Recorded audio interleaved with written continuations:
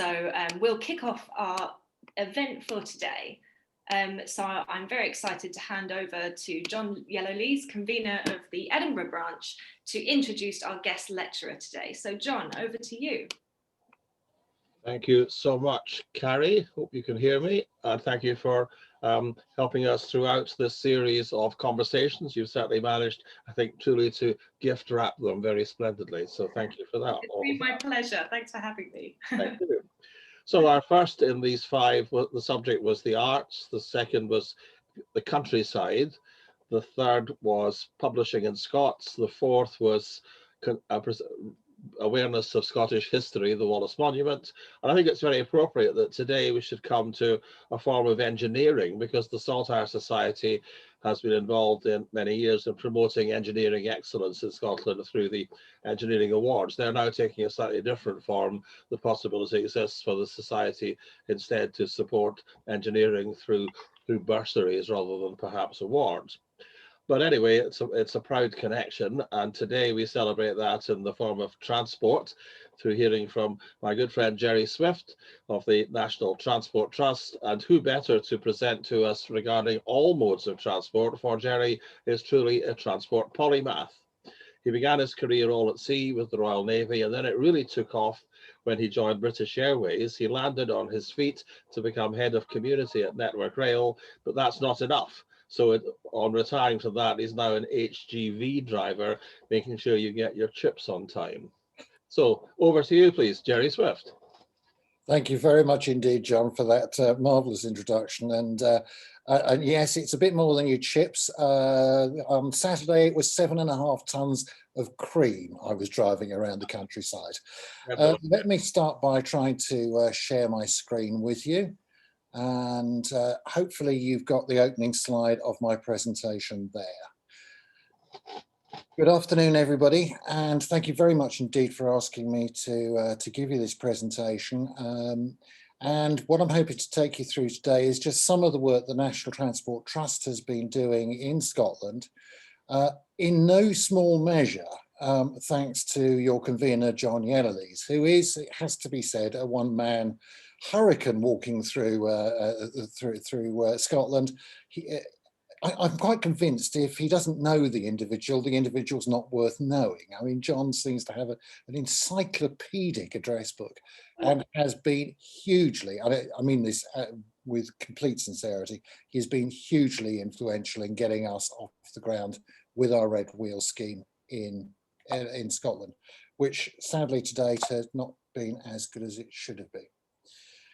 That's me. I was the head of community rail at Network Rail, and in retirement I'm probably busier than ever as a trustee of the National Transport Trust, which is the basis I'll be speaking to you today.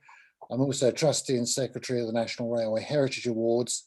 I'm a trustee and director at the North Yorkshire Moors Historical Railway Trust, and as John rightly says, recently qualified as an HGV Class 1 driver.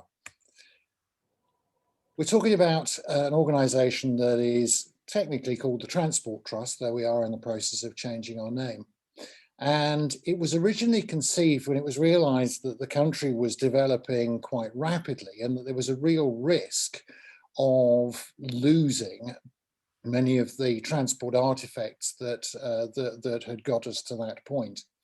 And it was a Mr. Wilsden, a chartered engineer, who suggested a centralised organisation should exist to try and make sure that transport artefacts were preserved for the future. He worked with a number of people, including the British Transport Commission, and the trust was formed back in some 40 odd years ago, with the aim of promoting the permanent preservation of transport relics, and that included books and drawings and film and so on. And of course, interestingly, the one thing that didn't exist at that time was what we now depend on to such a great degree, the electronic record. And indeed, one of the reasons that we're currently looking to modernise the trust is so that our objects can reflect that electronic dimension that's now so important to all of us. Our early patron was the late His Royal Highness the Duke of Edinburgh, and he led us very ably in the early days when initially we did actually preserve a few artifacts ourselves. We now have just one left, which is a very early steam locomotive, which is preserved at a museum in Canterbury on permanent loan.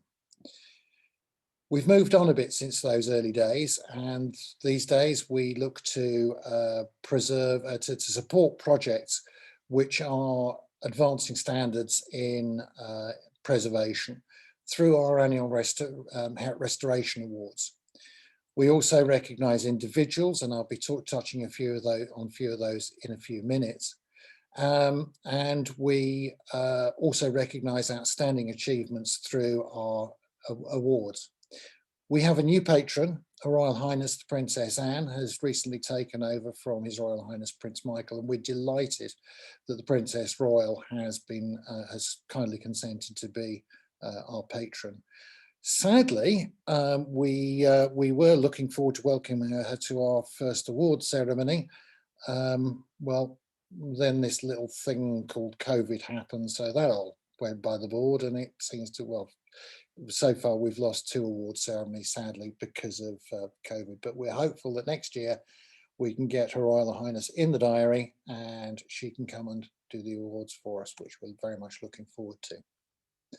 Just to touch on a few of the awards that were last made in 2019, just because it's a very good way of exemplifying the sort of things that we do.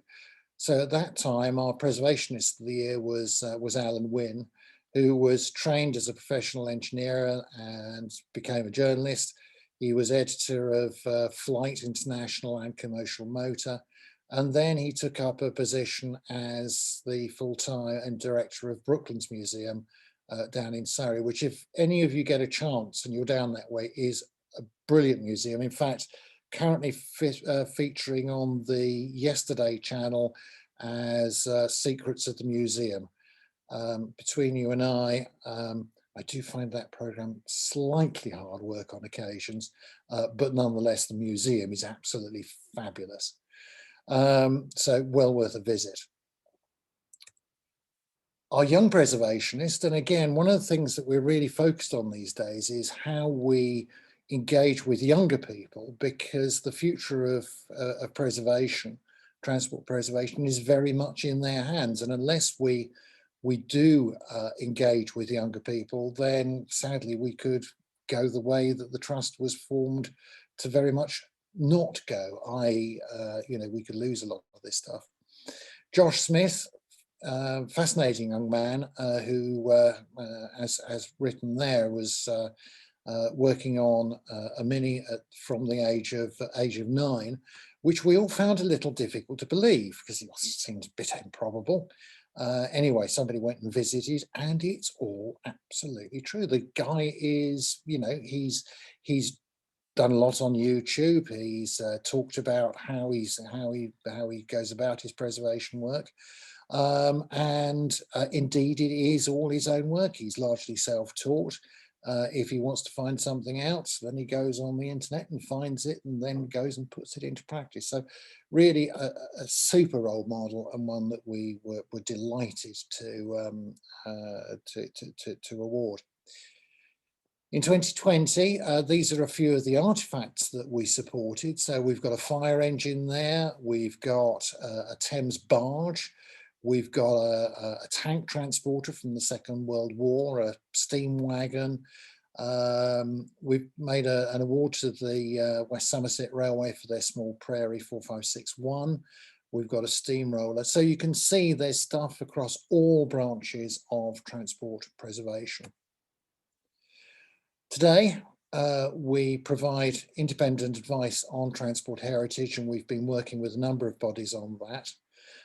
We've got a wide range of affiliate members, and again, we work with them and support them so that we can provide a combined, there's definitely strength in numbers, and that way we can provide a combined approach to transport preservation in the United Kingdom.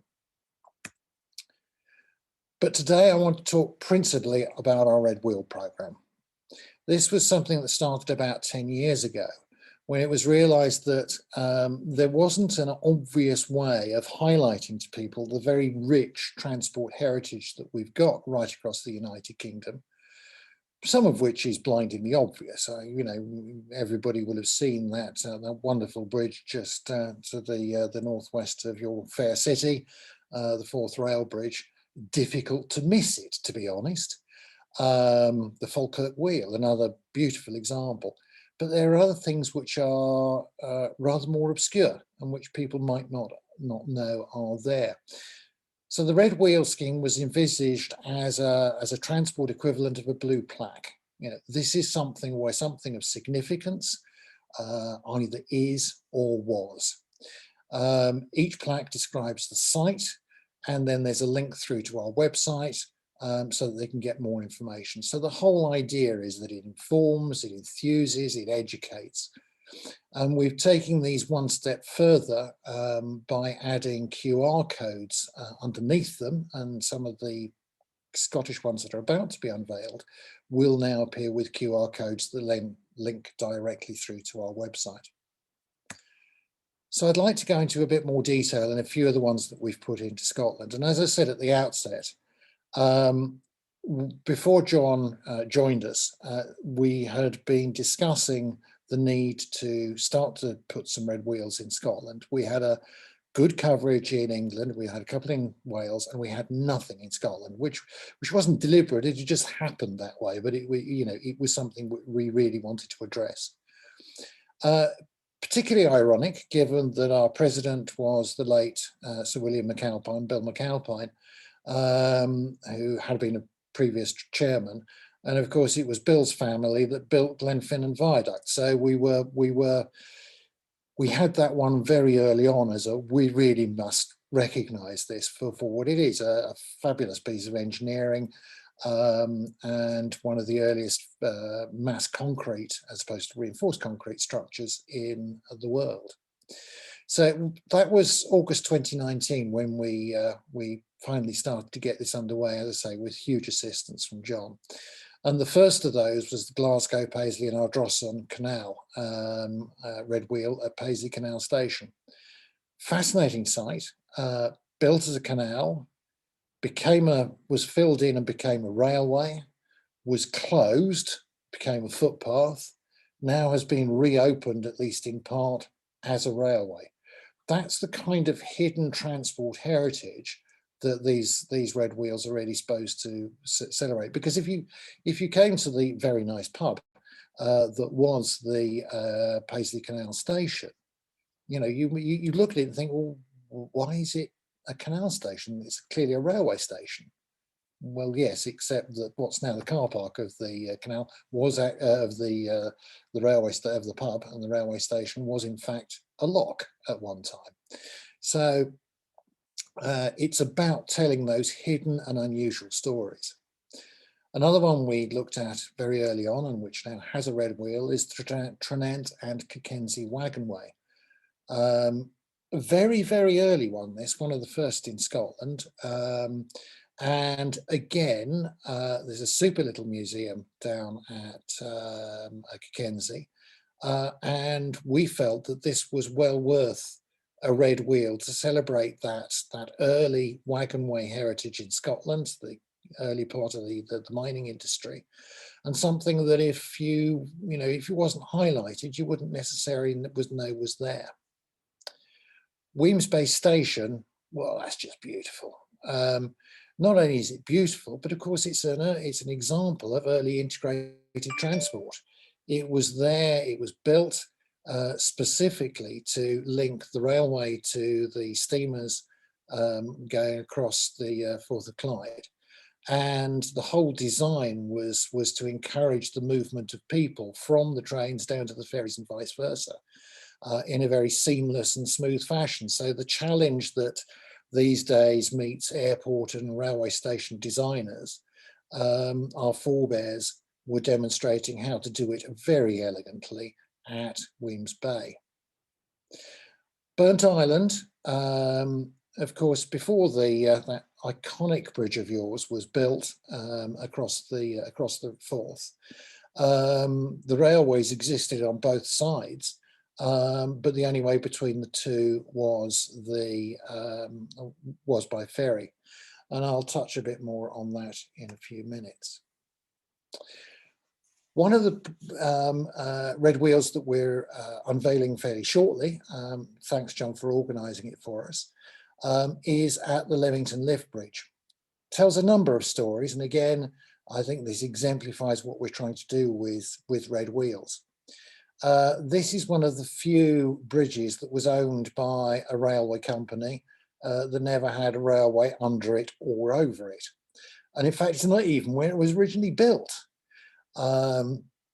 It's a lift bridge. It's a lifting bridge that has the canal, the Union Canal, underneath it, and it was originally further into the centre of Edinburgh. When the canal was cut back, the bridge was dismantled and re-erected on its present site.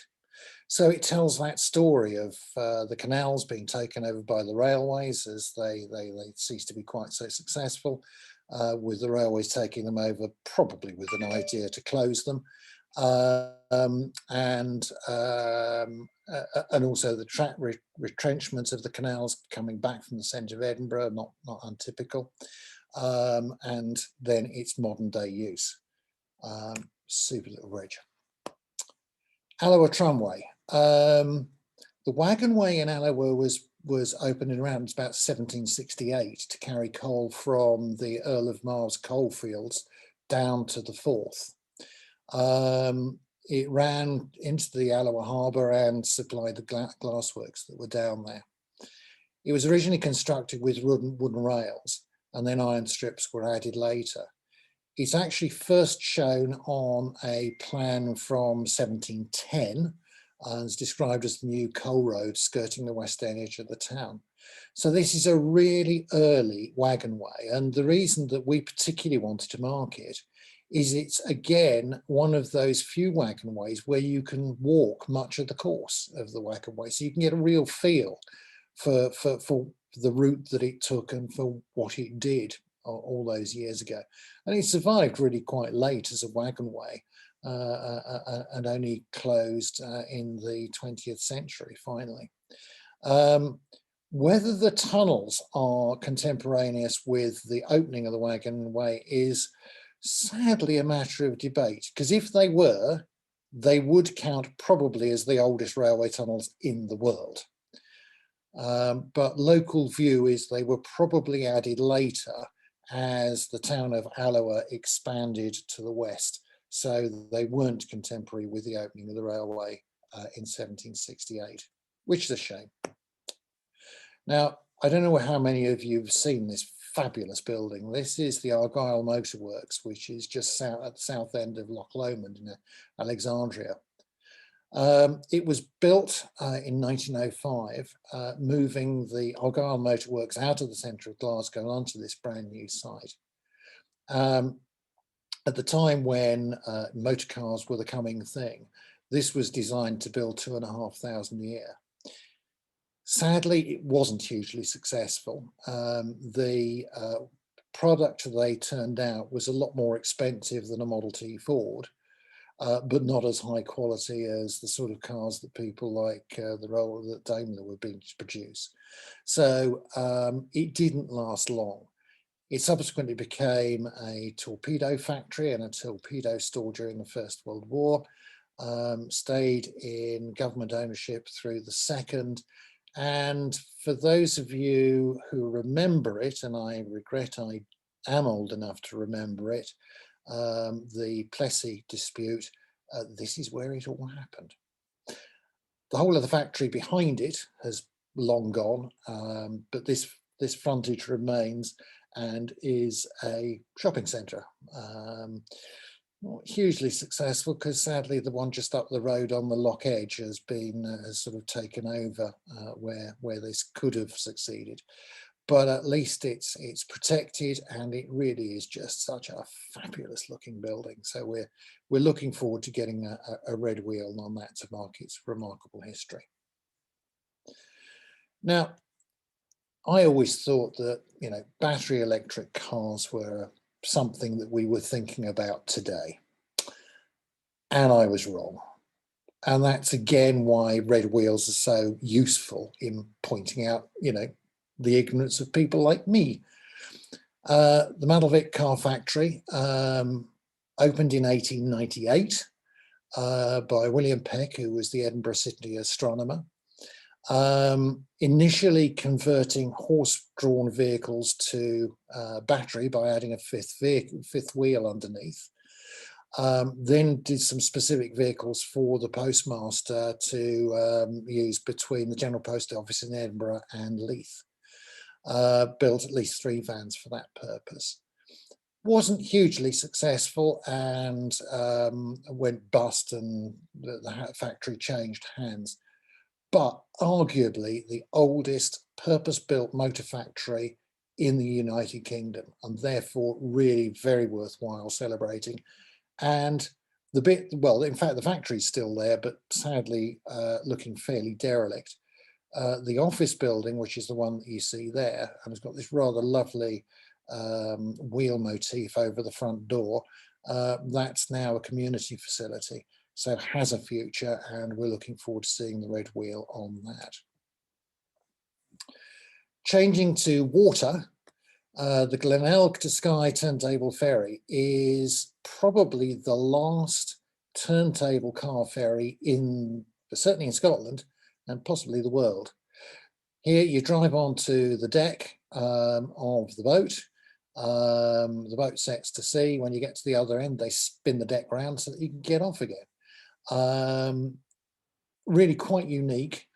It has just reopened, I think, for this year. Of course, it's been closed up till now because of COVID. So again, looking forward to seeing the red wheel unveiled there. I said I'd come back to Burnt Island Station. The building itself is rather glorious, and that was the passenger terminus for the trains to the far north, up until the Forth Bridge was opened.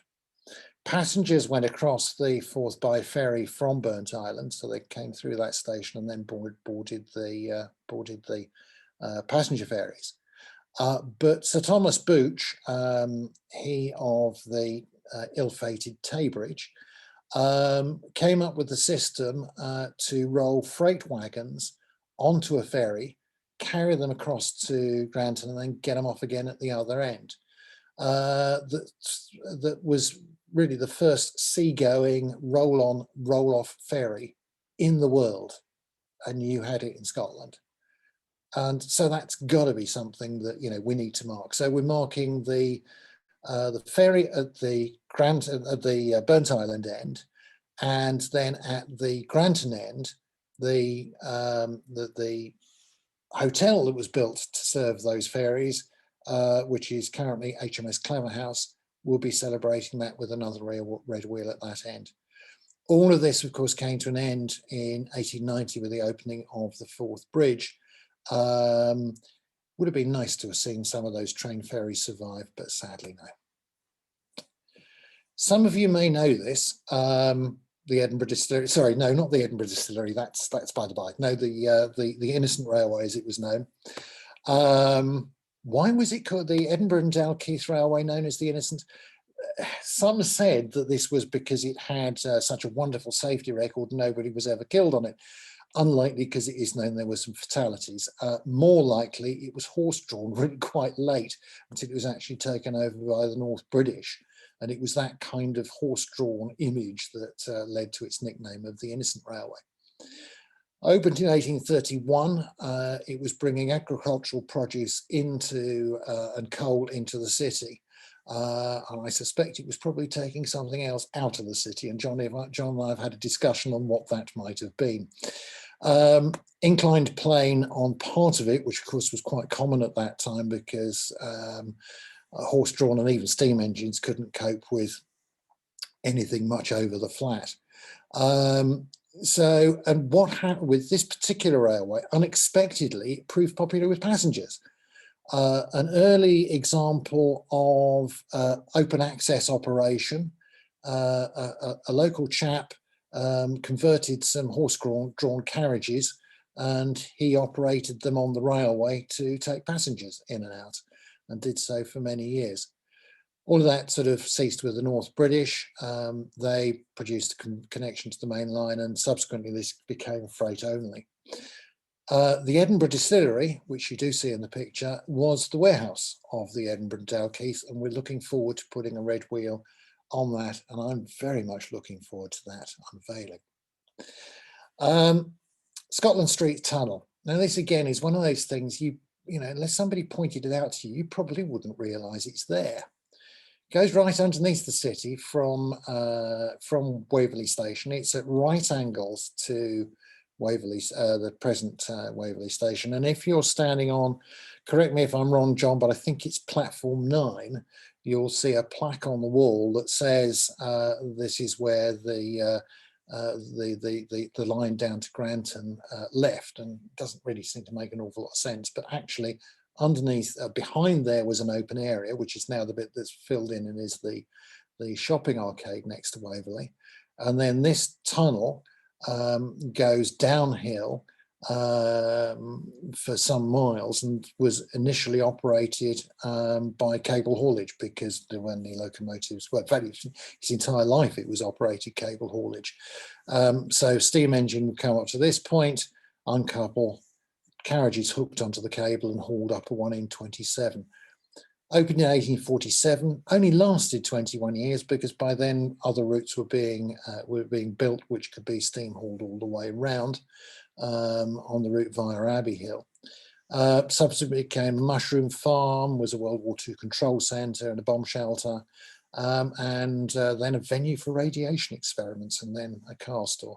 So it's had a rich and varied history, but it was that early use as a passenger railway from Waverley down to Granton that we'll be particularly celebrating, because that was the route that you went if you were travelling across the Forth to the far north. You have two particularly fine road engineers in Scotland, Wade and Telford, and we've been looking for some examples from each of those gentlemen, and this is the one we've chosen for Wade. We've yet to put in necessary applications, but I'm optimistic we'll be able to celebrate it. Taybridge, designed by William Adam, who was the father of Robert, built in 1733, and really is a super monument to the work that Wade did to open up the Highlands. Now, I will admit that the reason that Wade was opening up the Highlands was so that the English could oppress the clans. So from that point of view, I suppose maybe not great, but you know, it has opened up the Highlands for all of us over more recent years, so it is definitely worth celebrating. Network of around 250 miles of roads that Wade built, and again, this is one of those monuments that we can use to tell that much greater story about the Highlands being opened up to as we know it today. Moving to air, this is just so unusual. This is the only, Barrow Airport is, we believe, the only airport, passenger airport in the world where the timetable is dictated by the state of the tide. Because if you go into Barrow, you're landing on the beach, and if the tide's in, well, you're not landing. We're optimistic of getting a red wheel there, and I'm looking forward to going and being at the unveiling of that one. One that we're working on at the moment, Duke of Sutherland's railway, an interesting railway because it wasn't connected to the main network at either end initially. It took about a year before it was connected at the southern end, and then a year later, I think it was for the north end, but it was privately funded by the Duke, 11 miles from Golspie to Helmsdale. Opened on the June the 19th in 1871. The station is at no, name's gone. Is just a Dunrobin, sorry, is just a wonderful sort of cottage ornate style. It's a beautiful little building, and so that's another one we're looking forward to celebrating. East Fortune, which many of you will know, is a remarkable survivor. I mean, I've seen many Second World War airfields, partly because I live in Yorkshire and we're surrounded by them. partly because I frequently drive into down into Lincolnshire, and there are even more of them down there. In fact, one of the coal stores that I deliver to is a Second World War bomber airfield, and it's one of the hangars that is the cold store that I'm delivering into. So I know a lot of them, but this one is just remarkably well preserved. Moreover, it's the site of where the R-34 airship left on the first transatlantic round trip crossing. And then in World War, so it was a World War I fighter station. Then it served as an airship station, and in World War II, it was a training base, with the technical side of the airfield now the Museum of Flight for Scotland, and as I say, a remarkable survivor, and of course home to one of the Concords. So this red wheel has an awful lot of different stories to tell. One that's going in very shortly is the Edinburgh and Glasgow Railway. Worth celebrating because there's been such a remarkable job done at Glasgow Queen Street, which now looks so much better than it used to. Another example of a slight transport oddity in that what's claimed to be Britain's first high-speed intercity line for passengers had a gradient no steeper than one in 8H2. Apart from the drop down into Glasgow, where it had to go underneath the canal and ended up at 1 in 41, which meant it was cable hauled. Up until 1908, trains were being cable hauled down into Queen Street Station. There is a milepost on the station concourse from that very early railway. So again, number of stories there that we hope people will find interesting that wouldn't be immediately obvious if you went into the brand new frontage of Glasgow Queen Street. Generally speaking, we don't do museums. There are so many museums in the UK. If we started celebrating all of them, then we would rapidly run out of resources to do so. Fairfield Govan might be the exception because it's also the front of the shipyard, which is still active, British BAE Systems shipyard at Govan. And we're hoping to have a red wheel there to celebrate the rich history of shipbuilding on the Clyde, which so clearly deserves marking. Likewise, the Finniston crane, which was responsible for loading many of the steam locomotives built by the North British that went all over the world, hundreds of them. The crane itself is no longer operational, but it is still there, and many of you will know it from the Glasgow skyline. There is a project there to make it a visitor attraction. We have been in touch with them, but I think it's all a bit on ice at the moment until because of COVID. So it's another one that we will be picking up shortly. Now, I mentioned earlier that we were trying to celebrate bits of transport heritage that maybe people were less familiar with, they didn't know were there, or where there's a wider story to tell than might be at first obvious.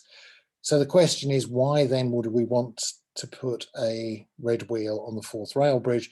Because I think everybody knows that's there. It is beautiful. Well, that's the reason why. It is so beautiful. It is such a fabulous piece of engineering. Why wouldn't you mark it? We've got an opportunity, we hope, with Network Rail's proposed visitor centre on the South Bank.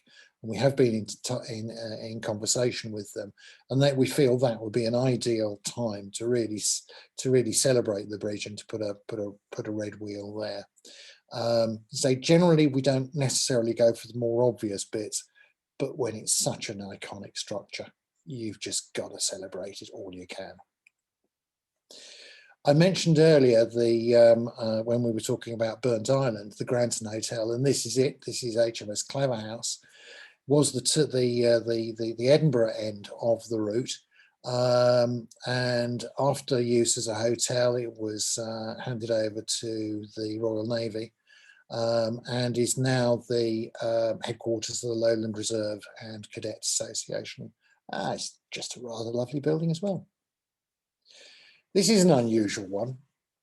There were, I think I've seen a list of about 140 private railway stations in the UK, but actually very few of them were built for workers. They tended to be local nobility. You've got at least 2 in Scotland that were built for curling clubs, various other uses, but not this one. Granton Gasworks Station was built purely as a private branch line and a private station to bring the workers at the huge gasworks that existed down at Granton into work and out every day. Unusual station, 1 platform along the outside of the building and another through the building. And then from the front of the building on the sort of, as you look at the top photograph, going out towards the left, a footbridge over the top and into the gasworks itself. So all the workers would clock on in that building and then go to their jobs in the gasworks. City of Edinburgh, as part of their Granton redevelopment, are now starting work on that building to refurbish it, I believe, for community use.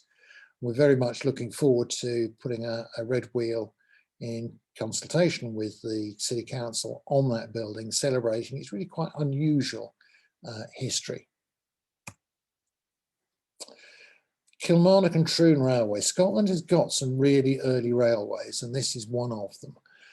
It was built to take coal from the pits around Kilmarnock and down to the sea at Troon, and opened in around 1812. And it's the significance of it was the first railway in Scotland to be opened with an authorising act in Parliament, which was the mechanism that was used subsequently on all railways, but this was the first. We're hopeful of getting a red wheel on the stone wall where you see my late wife holding up a replica.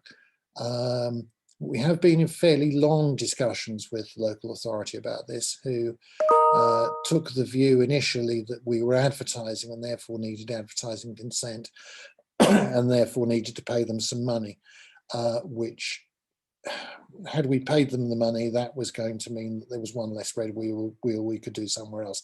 So we think we've bottomed that out, and I'm looking forward to hearing the results of that consultation, with the hope that we can then move forward on that one.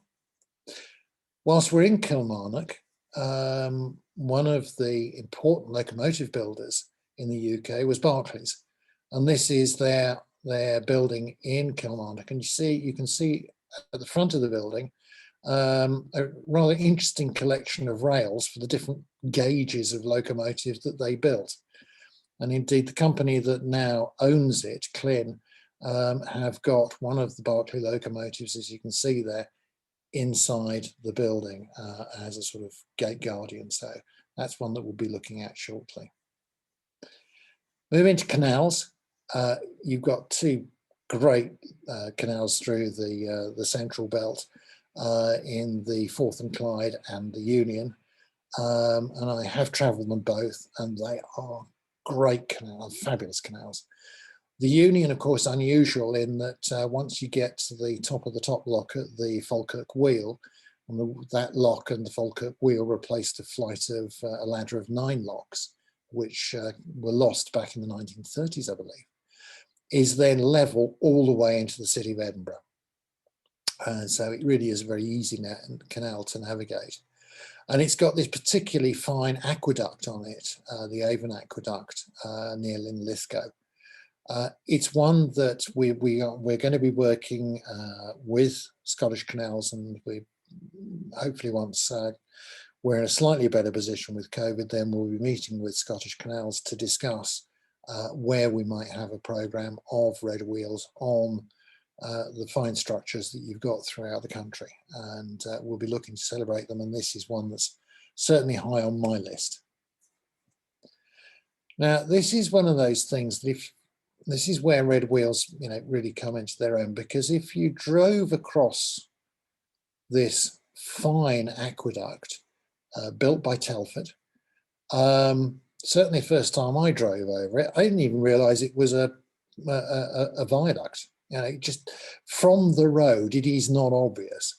Land seems to drop away on either side, and you've got a stone, you know, there's a stone wall. But if you're in a car, you don't really necessarily notice the lie of the land. So here we have the Lothian Bridge, also known as Pathhead Bridge, 5-arch masonry viaduct on the Edinburgh to Morpeth Road, built by Telford. And really the Red Wheel celebrating both Telford's contribution to roads throughout Scotland, but also the fact that these kinds of structures were being built at that time. And I do sort of kind of wonder why. I mean, I'm delighted that they did, but the road down into the valley bottom and then across the river and then up on the other side, it's steep, but it's not impossible. So it does kind of, you know, you do wonder why Sir John Hamilton Dalrymple decided that a viaduct was necessary.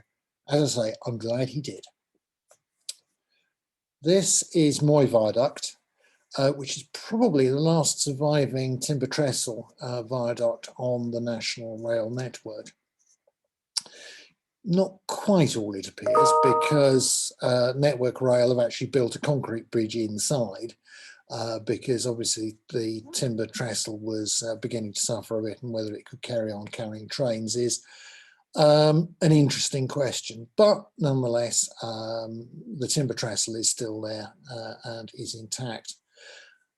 I did approach Highlands Council for permission to place a red wheel at this site. Interestingly, they took the view that the risk to people stopping to look at it was too great from road traffic accidents. When my wife and I visited, one car passed us in an hour. So quite where the risk is, I'm not entirely sure. Although I suppose if the current A19 was closed and this became the diversionary route while it was, yeah, I could see there might be a bit of an issue, but how often does that happen? Scotland has a fine tradition of lighthouses built by the Stevenson family, all three generations of it, and there are three of your finest: Belrock, Muckleflugga and Skerryvore. All remarkable pieces of engineering, all telling tales of different stages of the development of lighthouses in Scotland. And I think we've probably realised all completely impractical for red wheels, either because they're in the middle of the sea or because they're pretty darned inaccessible. So I think what we're probably going to do is go for the Arbroath Signal Tower Museum, and John's very kindly agreed to make some approaches to see if we can get a red wheel there. The Arbroath Signal Tower Museum is actually the signal tower that was there as the twin, if you like, to the Bell Rock, so that they could communicate between each other in the days prior to radio. There is another rather nice link here in that the president, I think, is the role of the Scottish Lighthouse Board is Her Royal Highness, the Princess Anne, the Princess Royal, and she and her husband, Vice Admiral now, I think, Tim Lawrence, apparently spend most summers on their yacht visiting Scottish lighthouses. So we think she'll quite like this one. Staying on the water, Neptune Staircase, many of you will know, a remarkable piece of engineering on the Caledonian Canal. And again, fabulous canal. My family and I have travelled it from end to end. Sadly, as we were on a hire boat, you're not allowed to do Neptune Staircase. You have to stop at the top and turn around and go back again, which was a bit of a shame, but never mind. We compensated for that by picking up the steam train through at Fort William and taking that through. So we had a good day all the same. Remarkable piece of engineering. They built as a ship canal, so really to a very broad gauge and a substantial construction, and then linking onto the Scottish locks right the way through to through to Inverness. This is one of those, why do you do red wheels? Well, because otherwise who would know this was here type of situations. Anderton's piano, believed to be called thus because of the noise that the wind makes when it blows through the wires. This is a remarkable structure in the Prasa Brander. It's still there, it's still in use, and it still works. And it's a set of signals which are connected by wires which are on the mountain side of the railway, such that if there is a rock fall, the rock will break one of the wires and the signals will then all drop to danger. So protecting the line, protecting trains from going along the line when there's a rock fall. As you'll know, I think all of the recent derailments in Scotland have been caused by landslips. And this was a method of trying to detect those landslips and protect trains from it. Absolutely remarkable. It's still going strong. It's still there. And John Anderson, after whom it was named, was the secretary of the Callander and Oban Railway that built it. So the plan is to put a red wheel up there so that people recognise the importance. This is one we've only just started discussing, but clearly it warrants a red wheel, and that's the Glasgow Subway, the Clockwork Orange. Third oldest underground in the world after London and Budapest. And of course a narrow gauge railway because it's only 4 foot gauge track. About to be modernised with new trains, which are going to be driverless, built in Switzerland. No, actually built in Austria, I think, but it's a Swiss firm, Stadler. The station there at St Enoch's, what a sad loss. I mean, it's now I have to say, not particularly attractive shopping centre.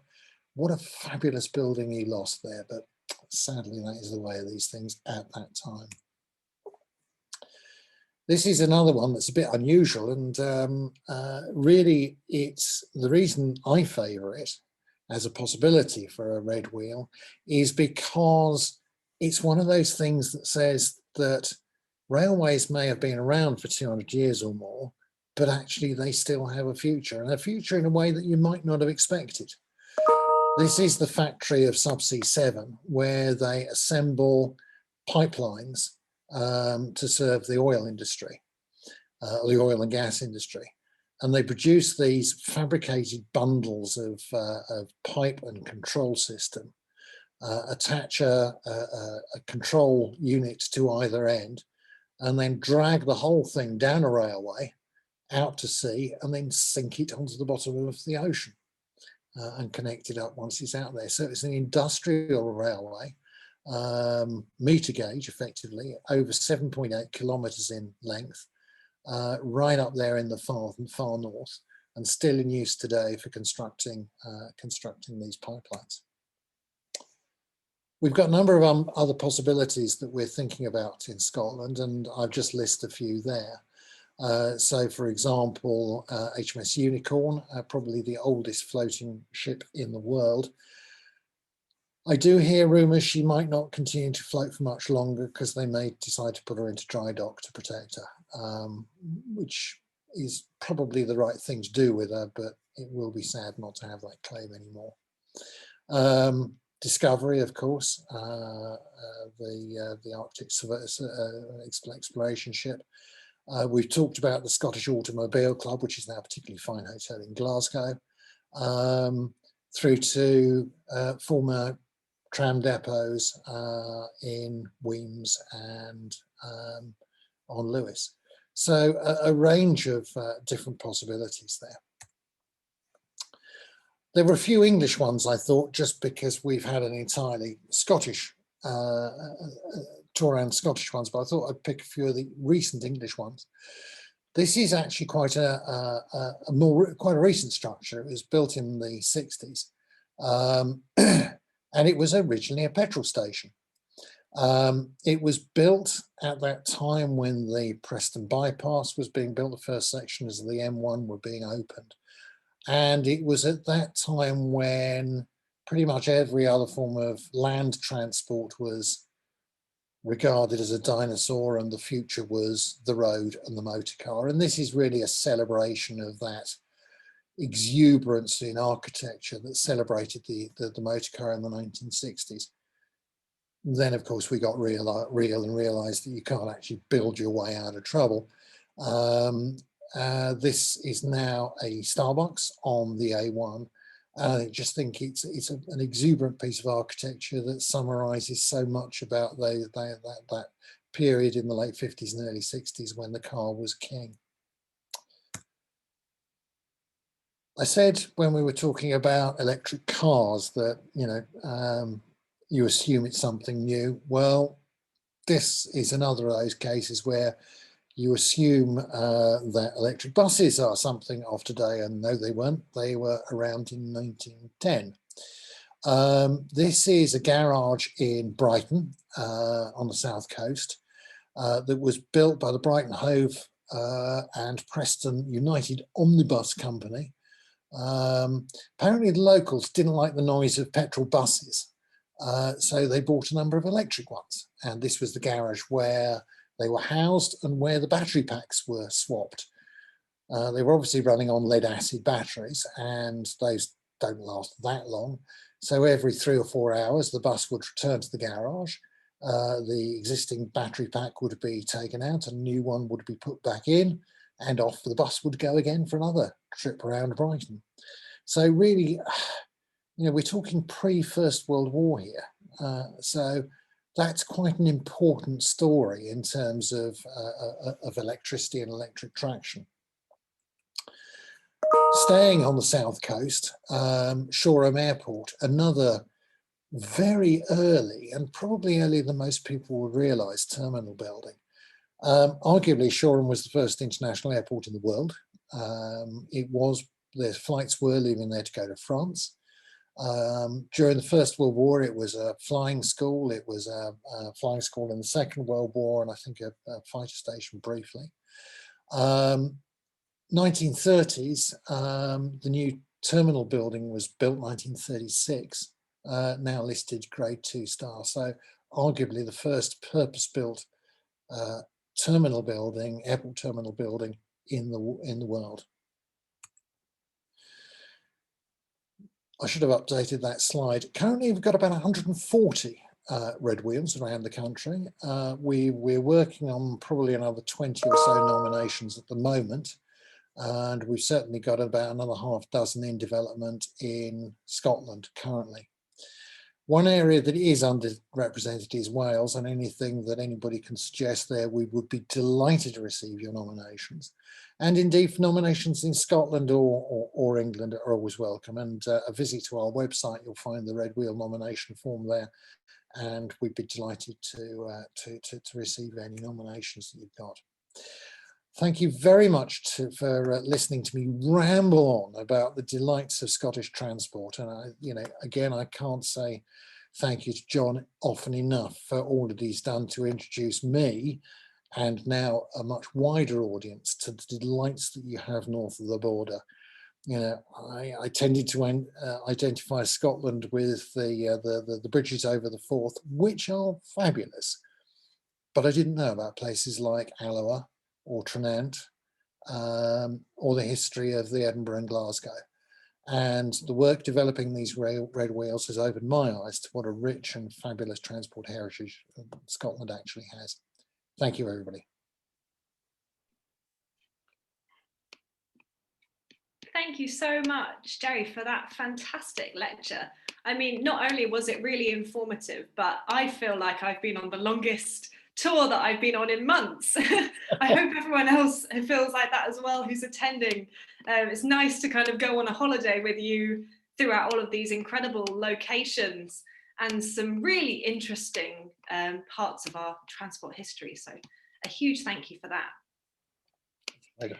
I was really inspired by some of the sites that you were talking about in terms of their regeneration and how they adapted to the times. And it's also very obvious that at the National Transport Trust, you have also moved with the times in terms of engaging with young people and with YouTube channels and young preservationist. And you gave us some great examples as well of looking into the future and some new technologies in transport that might get the red wheel. So I was wondering perhaps if you could talk to us a bit more about what other contemporary additions to our transport landscape might merit a red wheel in years to come. That's a toughie.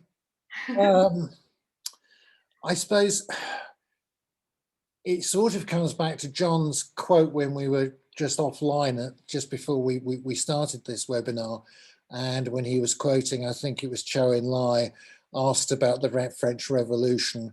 The response was he didn't think that it had happened far enough back ago long ago to judge. And I suppose with much that we have in transport history, that's equally true. It's only through the lens of time that we will be able to judge where the really important things actually are. Clearly, electricity in all forms is going to be vital for our transport going forward. And my guess would be the sort of things that we will be looking at are, I could see us looking for the first, commercially available charging point at some stage. That would probably make sense. I could see us celebrating, there's a proposal for a huge car battery factory in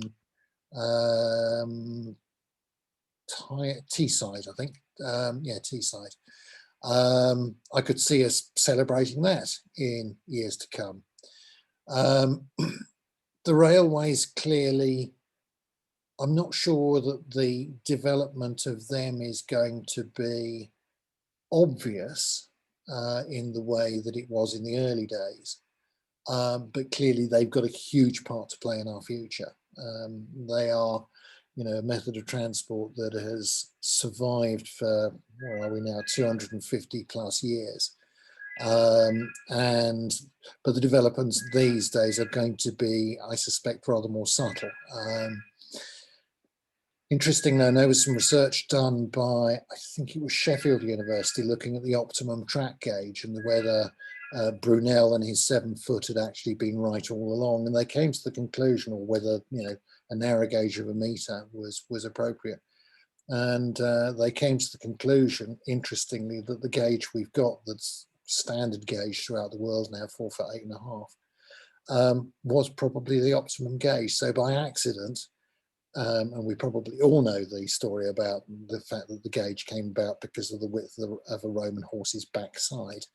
But coincidentally, that probably has ended up as the optimum gauge. So I don't see there'll be necessarily huge developments there. Turning to water, I think we're going to see a resurgence of use in water because it is a fairly sustainable means of transport.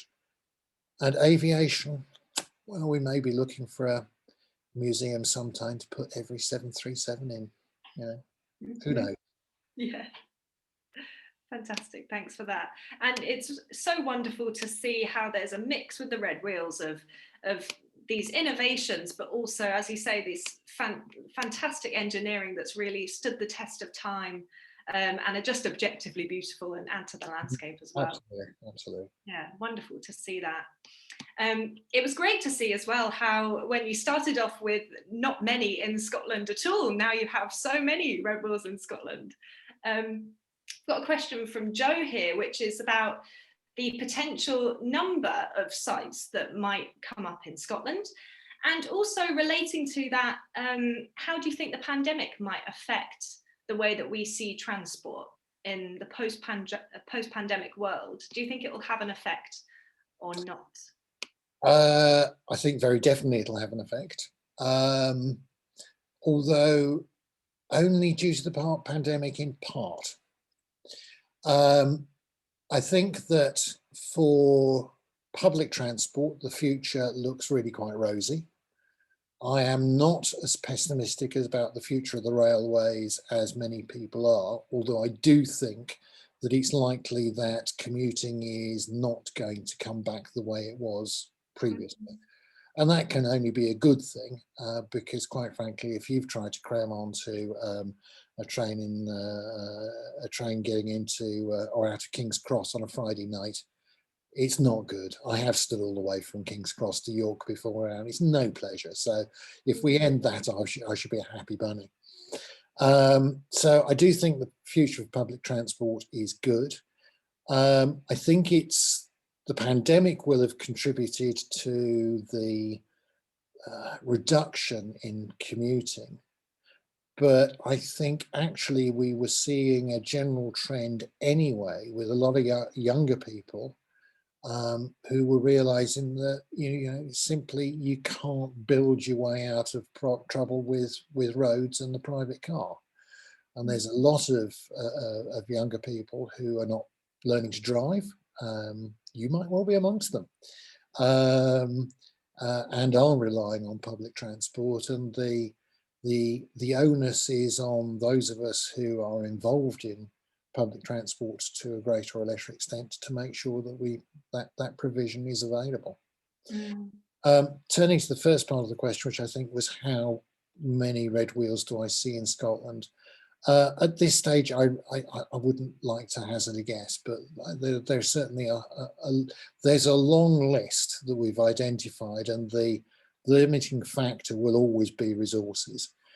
Resources both to provide the red wheel, although in Scotland, John's been very successful at twisting a few arms to sponsor red wheels, which always means that we can do something that we might not otherwise be able to do, but also resources to sort out the agreements, the necessary planning consents if it's a listed building, to have the discussions about what the red wheel actually says, to make sure the backup information is available on our website and so on.